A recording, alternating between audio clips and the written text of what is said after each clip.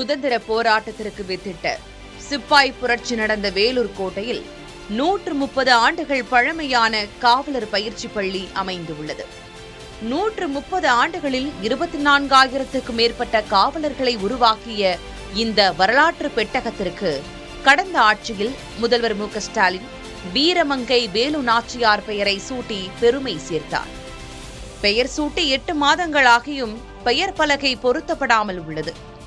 குறிப்பாக தற்போதைய தாவேக அரசின் கொள்கை தலைவர்களில் ஒருவராக வேலு நாச்சியார் இருக்கும் நிலையில் இனியாவது வேலு நாச்சியார் பெயர் பதிக்கப்படுமா என்ற எதிர்பார்ப்பு எழுந்திருக்கிறது. இதுகுறித்து புதிய தலைமுறை செய்தியாளர் காவலர் பயிற்சி பள்ளி அதிகாரிகளிடம் கேட்டபோது அரசாணை அண்மையில்தான் கிடைக்கப்பட்டதாக தெரிவித்தனர். பெயர் பலகையின் வடிவமைப்பு பணிகள் முடிவடைந்து உயர் அதிகாரிகளின் ஒப்புதலும் பெறப்பட்டுவிட்டதாக அவர்கள் தெரிவித்தனர்.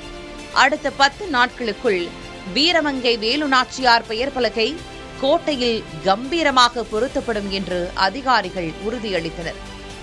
புதிய தலைமுறைக்காக ஒளிப்பதிவாளர் அசோக் குமாருடன் செய்தியாளர் ச. குமரவேல்.